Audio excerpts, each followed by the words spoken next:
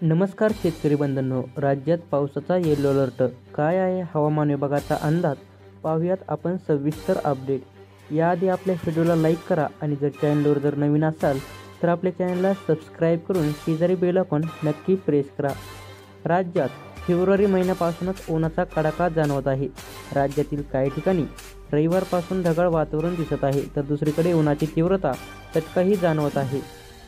IMDने दिलेल्या माहितीनुसार उत्तर महाराष्ट्र, मराठवाडा आणि विदर्भात पुढील 2 दिवस पावसाचा अंदाज वर्तवण्यात आला आहे. उद्या बुधवारी धुळे, नंदुरबार, जळगाव, छत्रपती संभाजीनगर जिल्ह्यात काही भागात ढगांच्या गडगडासह हलक्या पावसाचा अंदाज वर्तवण्यात आला आहे. तर जालना, परभणी, हिंगोली जिल्ह्यात काही ठिकाणी ढगांच्या गडगडासह हलक्या स्वरूपाचा पाऊस पडण्याची शक्यता वर्तवण्यात आली आहे. शुक्रवारी परभणी, हिंगोली, नांदेड गडगडासह हलक्या पावसाचा येलो अलर्ट दिला आहे. यावेळी 30 ते 40 किलोमीटर प्रति तास वेगाने वारे वाहण्याची शक्यता देखील हवामान विभागाने वर्तवली आहे.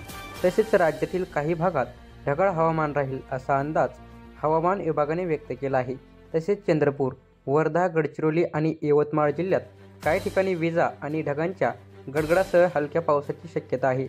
असेच नवीन अपडेट जाणून घेण्यासाठी आपल्या YouTube चॅनलला सबस्क्राईब करा. धन्यवाद.